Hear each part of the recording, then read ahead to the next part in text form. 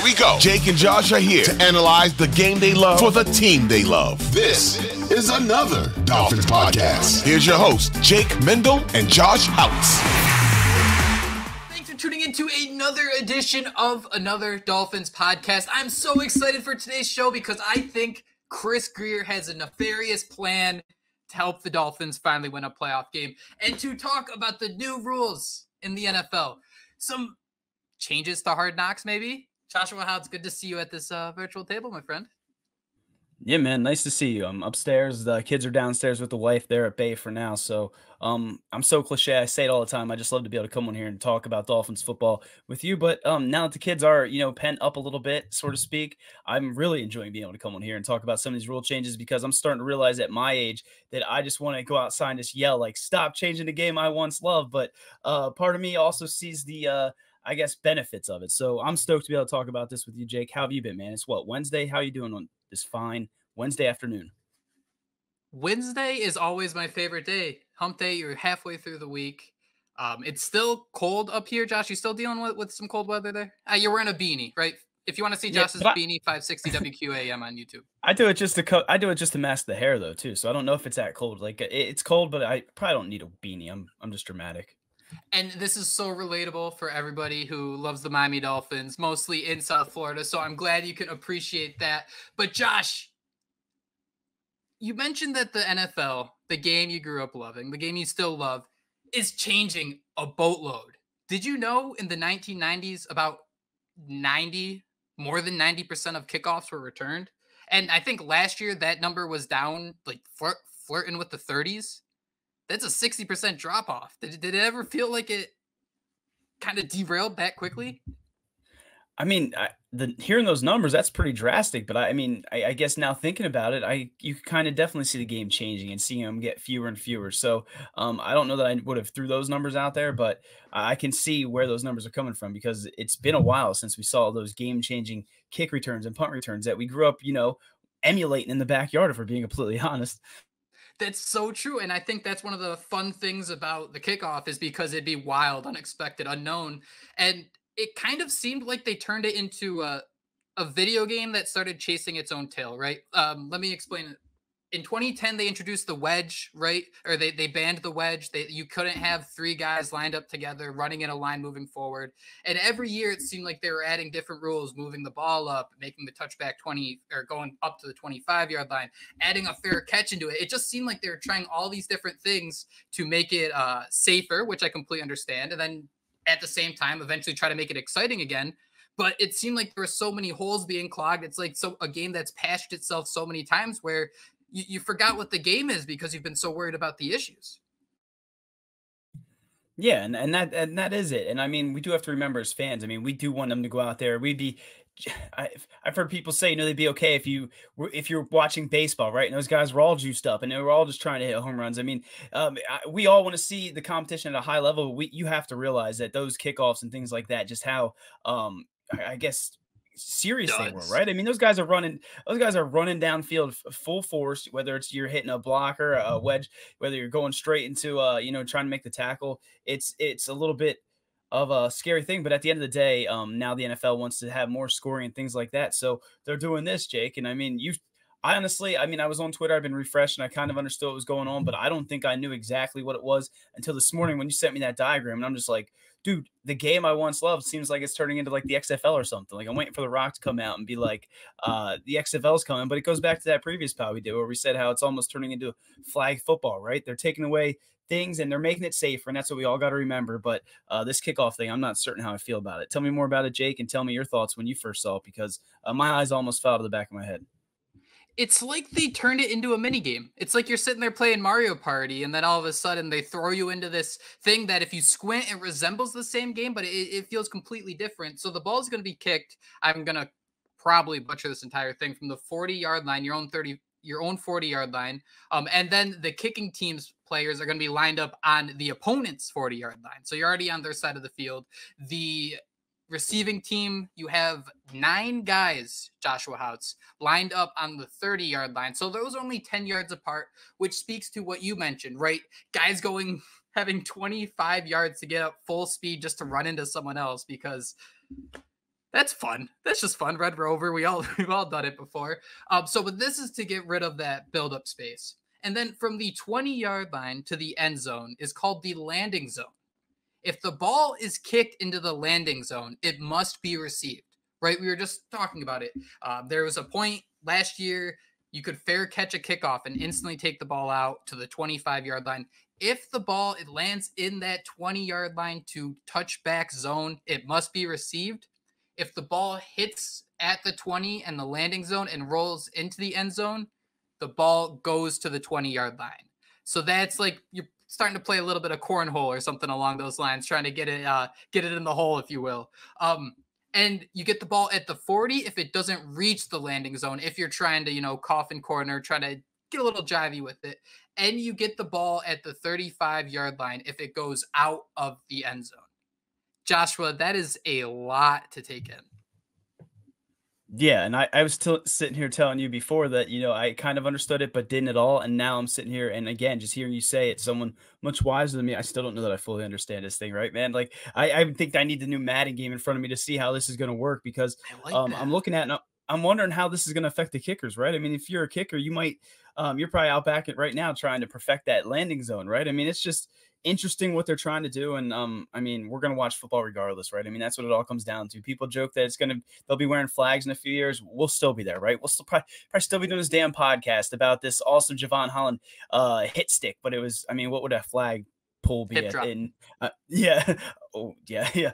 But I mean, this to me is just the next evolution of this game. And I'm just wondering what the next step is. And like the changes we were talking about on the previous pod, this makes me a little bit frustrated, but then I'm going to see Devon Achane back there, right? Or Raheem Mostert or Tyreek Hill or Jalen Waddle. Then my ears are going to perk up and I'm going to like these new rules. Because let's be honest, if there's one team it probably does help a little bit in the return game, it should be the Dolphins, who haven't really had success returning the ball in quite some time. I mean, what was it, Ted Ginn? When was the last time we really had that explosive return man? Jakeem Grant. Jakeem Grant could also self-destruct at literally any moment. Like he could just spill the potato salad all over. Still out there, right? Is he still out there? Or is he with the Browns still? I don't even. He's had it rough. He has his better days are ahead. I think he's going to come back, right? What I think I like about this rule, Josh. Well, there's two ways I kind of want to attack this rule. They did use it in the XFL. But the one thing they kind of said, yeah, but imagine like the fastest players in the world doing this. And it kind of changed their expectations. And they were testing this and they kind of said that this makes a lot of sense. But there is an opportunity here, if you have the right guys returning the football, to do a bunch of damage. I think it's super interesting that you have two guys back returning it. I think there are going to be some really awkward scenarios where one guy's sprinting over to the other guy to hand him the ball in some scenarios. I also think some coaches are going to completely ignore this and just kick the football. I thought it was super weird that the Dolphins, they seem to always, instead of just kicking the ball out of the end zone, I don't know if it was because they couldn't or didn't want to, but it always seemed like they were allowing kick returns. Obviously, you go back to that Buffalo game. But Josh, there were 8 people on the competition committee who helped make this kickoff rule possible. And you'd expect that, they'd pick some people who have been around the league for a while. They know what they're doing. Are you telling me that Chris Grier, being one of the 8 people on this committee, isn't the start of the most nefarious scheme ever? This, to me, seems like the Dolphins are going to take this and completely run away. You're telling me you could have Tyreek Hill, Jalen Waddle, Devon Achane, and, the most important part, like, Chris Grier helped design this entire thing and make it possible. He knows, or I'm praying to God, he's been with this franchise for 6, 7, 8 years. Well, he's been in a higher up role for 6, 7, 8 years. He's had to know this is coming, and he's had to been planning for this. And this has to be the one advantage the Miami Dolphins have finally gotten from having Chris Grier as a general manager for this long. Yeah, that sounds like an Ocean's 11 hit job for sure. He's definitely in on that, and I just see him, whispering in the other guy's ears, "Yo, you should vote for this. Like, it's going to help your team. This, that, and the other thing." Yeah. So I was going to take it even a step further and wonder if Mike McDaniel, or this was Danny Crossman's lifeline. Like, he's like, "Yo, check out this notebook I had. If the NFL ever changed the kickoff to this, and I have all these little schemes and things." And they're like, "Oh, okay, so we'll keep you around next year because we're hoping to get this thing." implemented. But you mentioned how, you're going to see these guys running full speed at each other. I'm waiting for one of them to throw it right, like a lateral that's legal, and then they just take up the other. It's going to be so interesting the way they do this. But like you said, man, what's to keep teams from just kicking that shit out of the back of the end zone and the ball going out to 35 like they're accustomed to, right? I mean, if I see Tyreek Hill and Jalen Waddle back there. Yards. So from the 25. So before, if it kicks out of the end zone, you get 25. Now it's up 10. I see what you're saying. Okay. So then, yeah. And then you consider, Josh, like last year, 35% of kickoffs were returned. Like if this, scheme hits the ground running, the Dolphins are going to be one of the teams having the most success for it, right? Like there's no bias involved there. Like you have Wale tweeting like the Dolphins are about to be a problem. Just looking at this diagram, like the gaps are going to be like a simple NFL play. I mean, not a simple NFL play. You know what I mean, though? It's going to be closer to an NFL play where these holes aren't just instantly popping open, where you can really use the vision like you are a running back. And to me, man, that screams like, I know this is a soft subject for you. I know what happened to Preston Williams, but I think you got to have Devon Achane back there. At first, I was a little queasy, but thinking about the speed element and how those holes can kind of just burst open, I think you got to use those guys to attack that space. Can you not?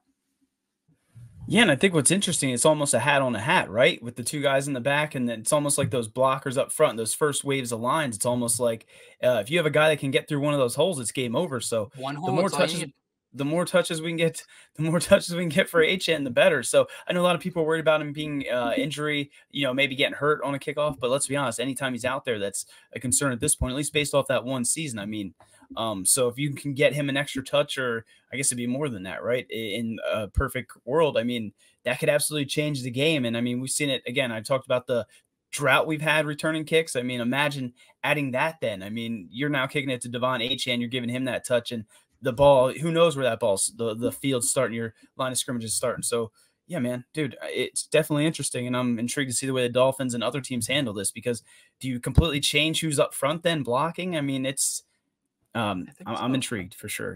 So those 5th, 6th, 7th round guys, those guys you usually draft for the special teams, you're going to kind of approach that a little differently. Josh, 60% of kicks in 2024 will be returned. Would you take the over or under?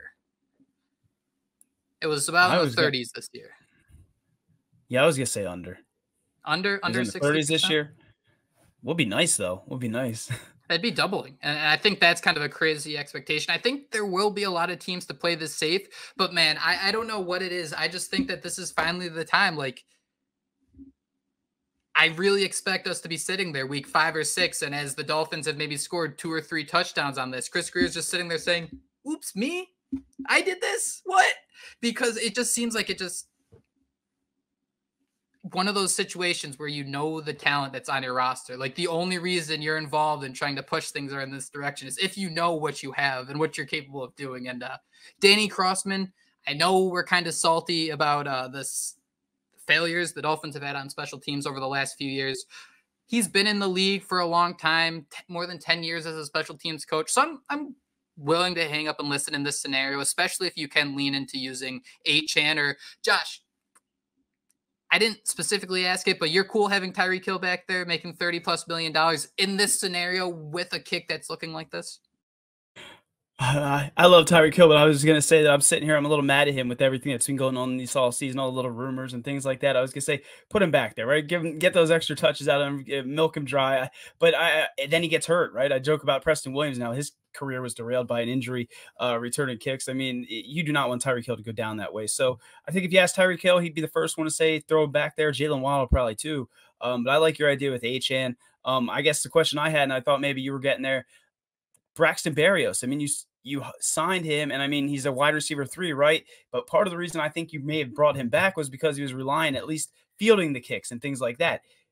Does he even have it? I don't want to say he doesn't have any value in this situation, but if you're throwing Achane back there, I guess maybe he'd be that second guy back there with either one of these. Okay. So I was just going to spin ball and say, do you think if they knew this rule was going to be applied, if they would have brought back Braxton Berrios and not used one of those other guys instead of using the money? But his contract's so little. And I think, those couple game-changing plays he made is worth the debt. But what are your thoughts there, Jake? Anything with Braxton Berrios returning kicks? I kind of like having him as the guy who can make one crazy catch per game. I'm also going to say he's just a cover up, just because oh no, we got Braxton back. That was our plan until we saw these new rules. And all of a sudden Hey, we thought, why not throw Devon Achane back there? I'm curious, Josh, because do you think the rule would, or the process would make sense if you have Achane and Braxton Berrios back there together? I think the styles and how they operate would be so different, where I think even the defense might even play it differently. I think there are going to be some scenarios where you face some fast guys where the defense might even just try to hold its ground. You know, if the ball doesn't reach the landing zone, it gets to the 40. That's where the defensive linemen start. Even if they only can maybe gain 5 yards, push them back to the 35. I wonder if they're not going to be shooting holes where if it's someone like Braxton Berrios, maybe you can be a little more aggressive. And if there's a gap or two behind you, it might not, he might not get there, I guess, if that makes sense. Where Achane, it's like that Broncos game was just so insane about how quickly he could punish mistakes. And Berrios he's reliable. He's not really a punisher, I guess. Yeah, I'm with you there. Then I'm thinking about it. In some situations, they just put Waddle and Hill back there because then they're just going to kick it out of the end zone. You're getting the ball at 35. Yep. To me, I think it's so fascinating just to think about the way this changes things, whether you're, again, Crossman returning kicks, whether you're Jason Sanders, where you're trying to get it in that landing zone, things like that. I would like to know the way he would think, what he thinks of this. And again, how it's going to play out throughout the season, because we're sitting here talking about, and I'm thinking like different scenarios throughout the game are going to dictate what you're doing in those situations. And it just opens up so many things. So I came on here, I was a little mad. I told you I was yelling at the clouds. Why you changed the game? I love 37-year-old me. But after we're done talking about it, hearing how it absolutely benefits the Miami Dolphins, right? I mean, I don't know how you could be upset with it, but part of me still wants to say, stop changing this game that we love. Yeah, so there's like the two directions they could have went in. Like, would you have preferred did you like the scenario where the conversation was more like, let's get rid of kicks? Because I don't think I was ever in that category of get rid of the kicks completely. I think it's a fun dynamic. I think nothing screams football guy more than saying there's 3 aspects of football. Special teams is important. Like that's football. Like that cannot go away. So I think I'd prefer this scenario instead of slowly inching towards like we're gonna keep updating it like this video game that had a charm to it, but these issues we got lost in the sauce. Yeah, and I got to continue to also go back. Not only is it, I guess, making the game more fun and competitive, and it's giving us now a chance to return some of those kicks, but it's making it safer. And I got to continue to tell myself, whatever makes it safer, whatever allows us to continue to watch this game that we love, whether we like it or not, I'm going to sit here and be all for that. So again, intrigued to see the way this plays out throughout this season. Intrigued by some of those other rules. I think that 4th down one, I don't even know that I fully understand that one, Jake. The one that they keep trying to get implemented instead of an onside kick, is it like a 4th and 20 or something situation? I think it was the Ravens who suggested it this year. But yeah, instead of going for an onside kick, because I think there were 2 onside kicks converted last year. I didn't fact check that, so my bad if I'm wrong. But the idea is give the offense a 4th and 20. If you convert the 4th and 20, you get the first down, get the ball back. Maybe you'll see it happen more, make some exciting comebacks, things like that. My only fear, Josh, and it's the same fear with the hip drop tackle. It's not the idea that we want to get this tackle out of the game. It's that there's going to be the lamest ref who comes sprinting in with the flag at the last minute on that 4th and 20 to give them the first down. And it's going to be the most frustrating thing when it's the difference between the Dolphins beating, I don't know, the 4-11 Jets, let's say. I just see that scenario playing out in my head every single time. Yeah, no, I can't unsee it. Well, I'm voting against that one. Whoever vetoed that, good call on that one. One other development, Josh, I wanted to talk to you about before we wrap up here. There are some updates coming to Hard Knocks, or at least the owners were supposed to vote on it on Tuesday, and we haven't gotten the results of that back, which means the second we drop this podcast, the results will be out. That's kind of how things work around here. But the idea is that they're opening the pool of Hard Knocks. Remember last summer, they basically twisted the Jets' arm into doing it because of Aaron Rodgers, because of the excitement of New York, yada, yada, yada. But another reason why is because I think there were only 4 or 5 eligible teams. There was a criteria. Playoff teams didn't have to do it. If you had a first-year coach, you didn't have to do it. So they're deciding to switch things up, and it's going to open up the pool for these teams to be featured on Hard Knocks. I'm cool with that. I'm fine with that. Hidden in the fine print the in-season Hard Knocks will also be changing, where instead of following around one specific team for what was it, the second half of the year, I think it started with Miami's win over the Raiders. I think it was the first episode of Hard Knocks. What they want to do instead, they want to follow an entire division. So you'd be following those 4 teams. And part of the reason why is because they were fearing that the in-season Hard Knocks was a competitive advantage for teams who weren't on Hard Knocks. Super interesting. A lot of drama in there. I do want to get into the tinfoil hat of, is Hard Knocks the reason why the Miami Dolphins crumbled at the end of the year? But Josh, first, are you open to more Hard Knocks? I mean, I think it's an interesting product, but with social media and everything, we already get most of it.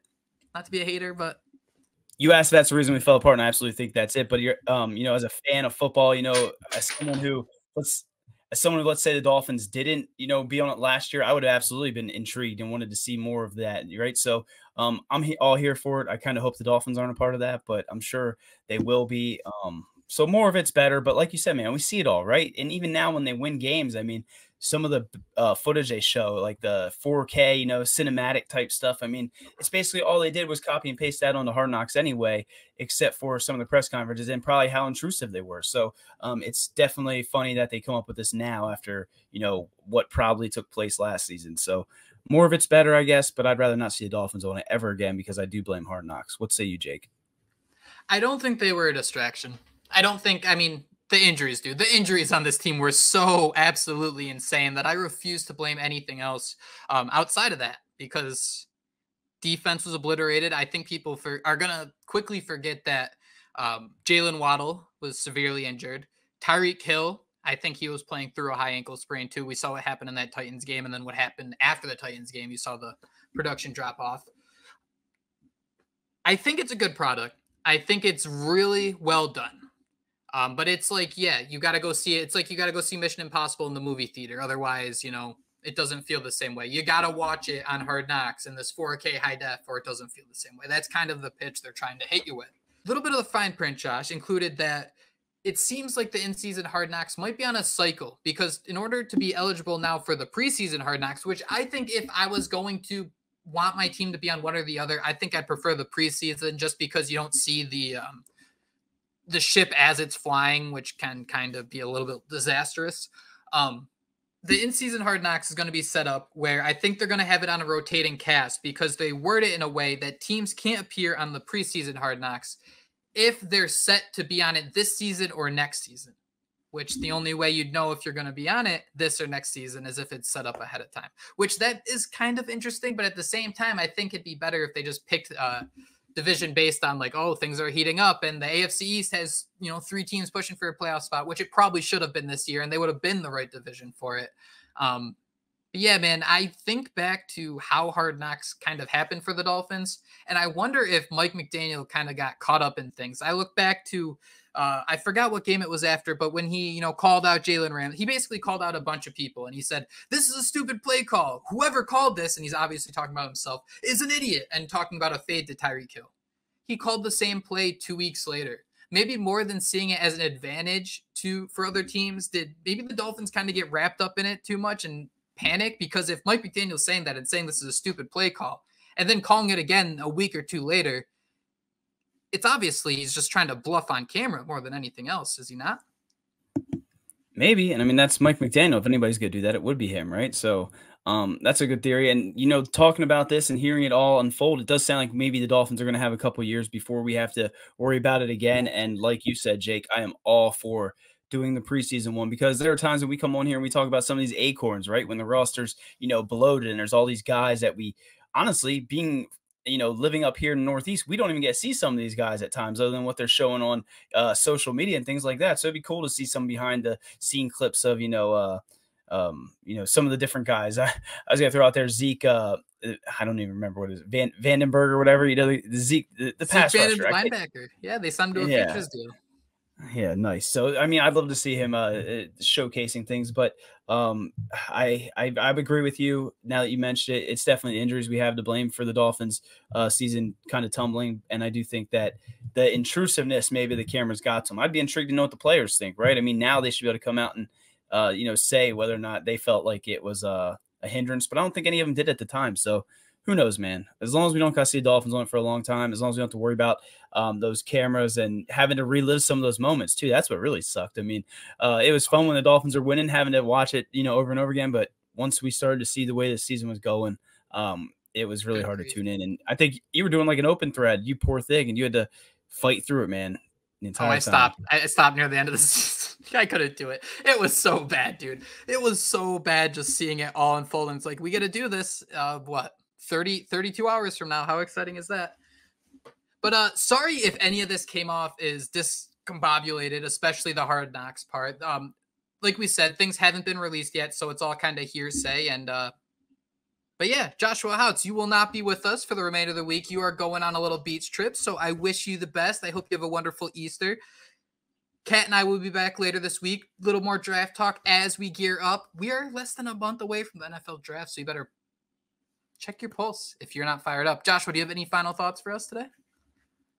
No, man, just happy Easter. Happy Easter to our listeners. Thank you guys so much for always supporting us and listening to the podcast. Like Jake said, I'm taking the Rugrats and the wife to Ocean City for some egg hunts down at the beach. So I'll be MIA this weekend, but Jake and Kat will have you covered with NFL draft content. And if anything drops, I mean, if I'm going away, Jake, we should probably have 2 or 3 signings go down that I probably will wish that I could call in on. So Isaiah Simmons, probably, everyone that we just talked about.